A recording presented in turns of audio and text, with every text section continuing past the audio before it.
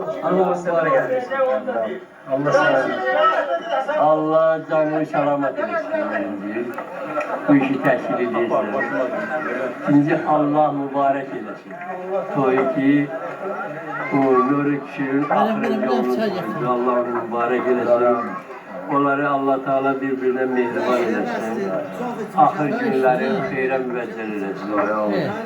Onların salihli oylar ata eylesin. Onların dünyasını emremanlar eylesin. Allah Teala'nı and verirəm öz izzeti celalına cemi xəstələrə şəfa əta kəramət eləsin. Cemi xəstə və qürbətli olanlara, nə qədər ki, əskərlikdə, qürbət yerlərdə cavanlar, qocalar, deyirlər, işləməyə, çörək qazanmağa, səhi salim öz vətənlərinə yetişsin. Onları bəlalərdən mühafizət eləsin. Bərəkətin, ədalətin yeryüzünə nazil eləsin.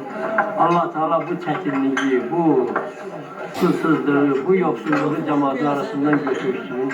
Uğurluğu, bereketi, adaleti yeryüzüne nazil eləsin. Allah Teala rızımızı bol eləsin.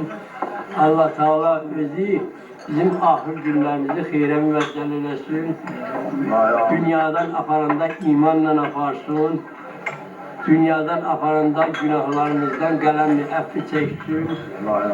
Cəmi xəstələrə şəfa əta kəramət eləsin.